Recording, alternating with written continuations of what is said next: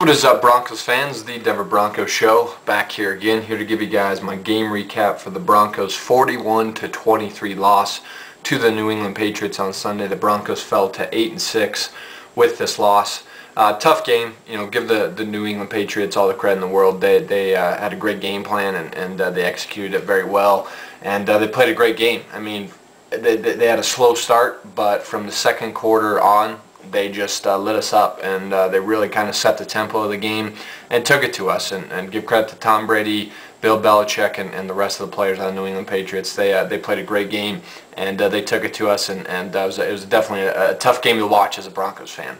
Looking at some of the good we did in this game, offensively I thought we had overall a pretty decent day. We ended up racking up 393 total yards of offense in this game. We had 252 rushing yards in this game, which is great. We averaged about 8.1 yards per carry. I mean, if you would have told me before this game that we were going to run for 252 yards on the Patriots D, I probably would have said we would win big over the Patriots, but unfortunately turnovers kind of nullified the day we had rushing in this game. And we had 23 points. You like seeing that. I thought offensively, most of the time when you put up 23 points, you're going to win the game. We were 2 and 3 in the red zone as well. I thought our efficiency down there was pretty good. And, overall a pretty decent day offensively. Racked up a bunch of yards on the Patriots D. And like I said, really pounded the rock. Pretty good in this game with great effect. I mean, you run for 252 rushing yards on anybody. That's a pretty darn good day. Running the ball, averaging 8 yards per carry. Like I said, you would have told me that before the game. I would have said we probably would have beat the Patriots, but unfortunately, turnovers kind of cost us the game here. Now looking at some of the bad things we did in this game, we gave up 451 total yards of offense. Defensively just couldn't get off the field in this game, and a lot of that had to do with the turnovers that we had mainly in that second quarter, giving Tom Brady and that Patriots offense a shortened field, kind of put our defense in a hole there, did our offense, and obviously it cost us big time, and the Patriots just kind of did whatever they want offensively in this game. Like I said, 451 total yards of offense for them. They had 310 passing yards in this game, 141 rushing yards. Early on, we did a great job of stopping the Patriots' run game, but as the game progressed and as you saw our defense tire, New England just consistently, pounded the ball and pounded the rock and did a good job of racking up some nice runs and racking up the rushing yards, and it really set up their play-action passing game. And Tom Brady, utilized that to great effect here. Him and Aaron Hernandez were just on the same page. Jim and Gronkowski kind of came on later in the game. We also gave up 41 points in this game. Pretty much any time in the NFL, when you give up that amount of points, you're not going to beat anybody, especially, a team with New England's, offensive firepower. So that really hurt us. Defensively just was not a good outing for us. And we got outscored 20-3 in the second quarter. I mean, everything kind of fell apart for us in that second quarter. We started out very good. We had a 16-7 lead. We were playing well. We got out to a fast start, and then it's just like everything crumbled for us in that second quarter. And getting outscored 20-3 by the Patriots, that's not going to bode well for you when you play in them and you give up. You have a quarter like that against them, and a lot of that had to do with the turnovers. We did have 3 turnovers in this game. All 3 were fumbles. We did have a total of 4 fumbles in this game, but we only lost 3 of them. But still, that's pathetic. I mean, to have that many fumbles and they were like back to back to back, it seemed. Just terrible execution by us, and offensively you're just putting your defense in a hole when you fumble in your own territory and you're giving a quarterback like Tom Brady's caliber a shortened field, and that's really what hurt our defense. You're backing our defense up. I mean, you're just making it easy for the Patriots offense in that instance, and you're making it easy for Tom Brady, and those fumbles really cost us the game. Tebow had one, Lance Ball had one, and then Quan Cosby, right before the half, all he had to do was not touch the ball. For some reason, he went to catch the ball, he fumbled it, he muffed the punt, and gave New England an opportunity to add a field goal before half and extend their lead to 11. Just dumb plays by a couple of our players that cost us points, and like I said, really made it tough for our defense to stop New England's offense, especially on a shortened field. You cannot give Tom Brady opportunities like we did, and it definitely cost us and hurt us in this game. We also had 7 penalties. They only amounted to 39 yards, but still the timing of the penalties were not good for us. I thought New England's third down offense was pretty solid. They went 5 of 12 on their third down conversions. That's not stellar, but that's pretty solid. It always seemed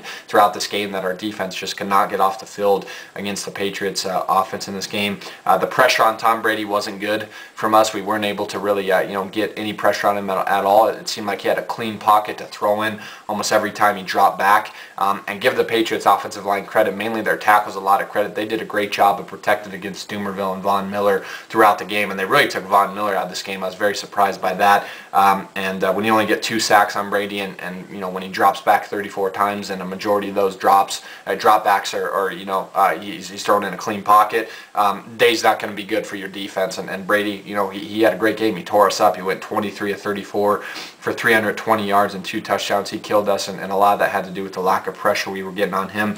And on the flip side of things, I thought New England's defense as the game went on got a lot of pressure on Tebow. It seemed like Tebow was hurried most of the time when he dropped back later in the game. New England's D had a total of 4 sacks. Some of that's on Tebow for holding the ball too long and scrambling back there and trying to do too much at times. It's something that Tebow is going to have to get better at, and realize that he doesn't have to put the team on his shoulder all the time and have to be the superhero, if you will, all the time and do too much all the time, because it leads to mistakes and it leads to sacks. And New England, their defense took advantage of that. And some of that falls on our offensive line. I thought the protection kind of broke down later in the game. New England controlled the pace of this game. I mean, you look at the time possession, New England had the ball for 33 minutes and 41 seconds. We only had the ball for 26 minutes and 19 seconds. I mean, that's a big gap there, and New England did a great job of controlling, the tempo of the game, really wearing down our defense, getting big plays in this game, and, keeping our offense off the field. And they controlled the tempo of the game, and you can't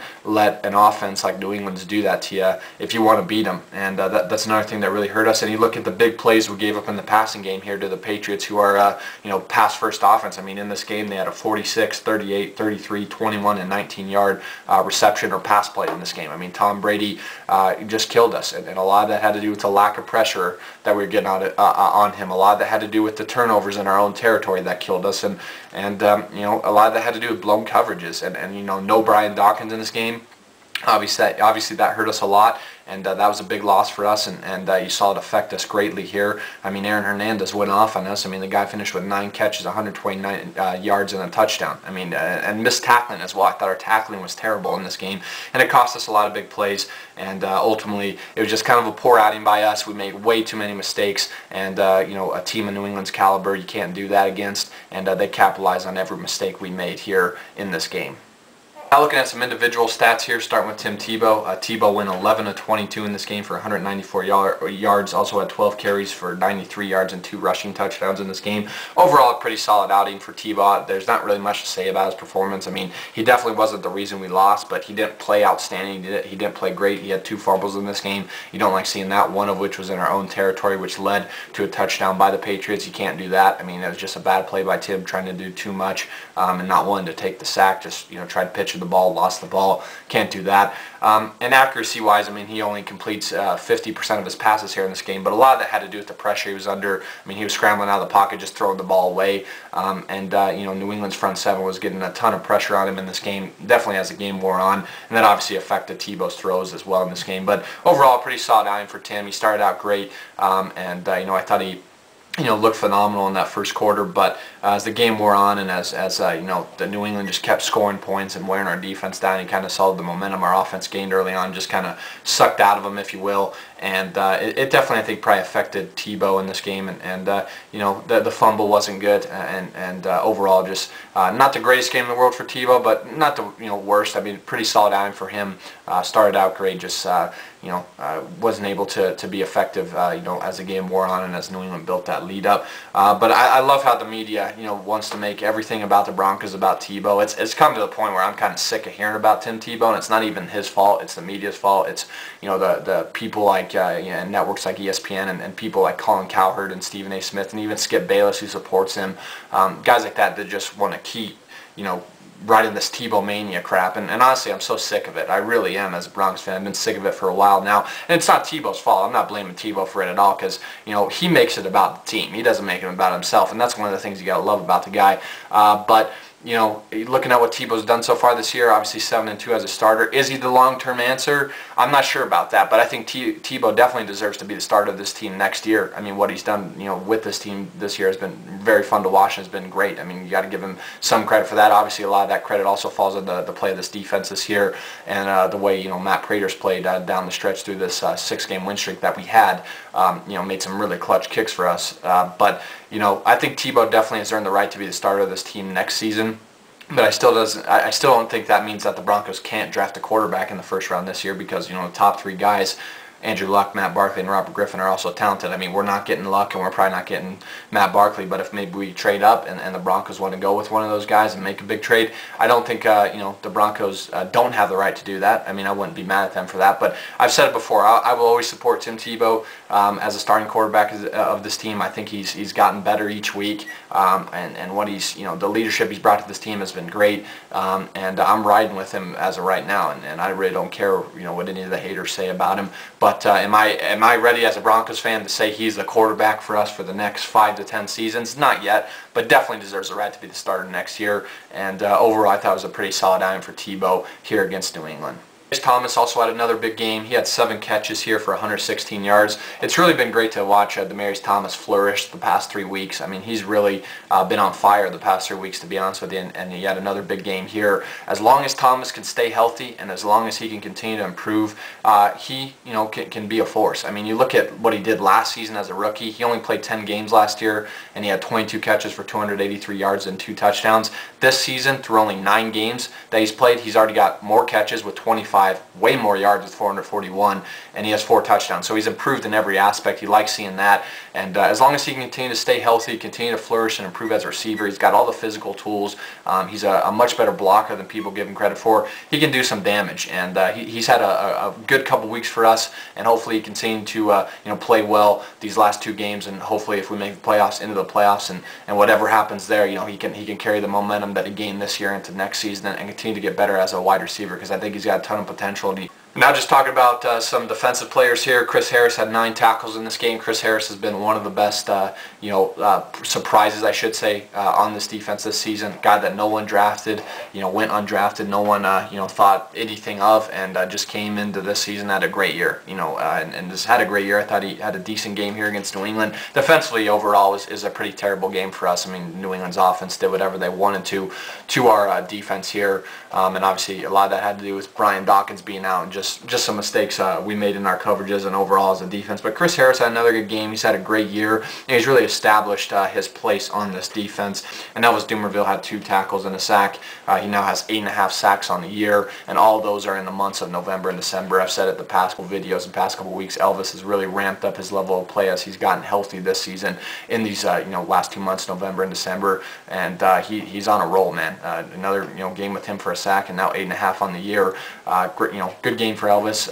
Overall, though, I think you got to give New England's offensive line a lot of credit. They did a great job of blocking, Dumervil and especially Von Miller. It seemed like Von Miller was non-existent out there. So congratulations to all the Patriots here on YouTube, and best of luck to you guys the rest of the season. I'm sure and I'm hoping we'll see you guys in the playoffs again, but we'll have to see how the rest of the season pans out. So tough loss for the Broncos, now 8-6 on the year. We're still in first place in the AFC West. Luckily for us, the Raiders lost. They blew a lead against Detroit, so they're now 7-7, and we kind of got a break in that sense. So we got Buffalo this weekend on Saturday, Christmas Eve. Going to be a huge game for us. We got to get the W here. What people fail to realize, if the Broncos win this Saturday against Buffalo on Christmas Eve, we'll have 9 wins. That ends Kansas City season. The best they can be is 8-8. We have a tiebreaker over Oakland, so the best Oakland will be is 9-7. If we win this game on Saturday against Buffalo, we'll have 9 wins. That would pretty much end Oakland's season, and I believe we have the tiebreaker over San Diego as well. So if we win on Saturday, essentially we wrap up the division. So I love all the panic around the media saying, "Oh my God, the Broncos are gonna lose the division." If we beat Buffalo, we essentially wrap it up. Kansas City season's over. It doesn't matter. In Kansas City, they're going crazy because they beat Green Bay. You've won 6 games this year. I mean, congrats, you beat Green Bay, and you think you're going to make the playoffs. We win 1 game, your season's over. There's nothing you can do about it. We already have the tiebreaker over Oakland, and I believe we have a tiebreaker over San Diego. So no need to panic right now as a Broncos fan. Very winnable game here this Sunday against Buffalo, or excuse me, this Saturday against Buffalo. But we got to be prepared. Got to focus on this game, take it a game at a time, focus on Buffalo, get this win, and essentially we'll wrap up the division in a playoff spot. That's my video, guys. To everyone out there watching this, to all the Broncos fans out there, have a very Merry Christmas and Happy Holidays with all your loved ones, and you guys have a great holiday weekend. Thanks for the support, guys, and as always, go Broncos.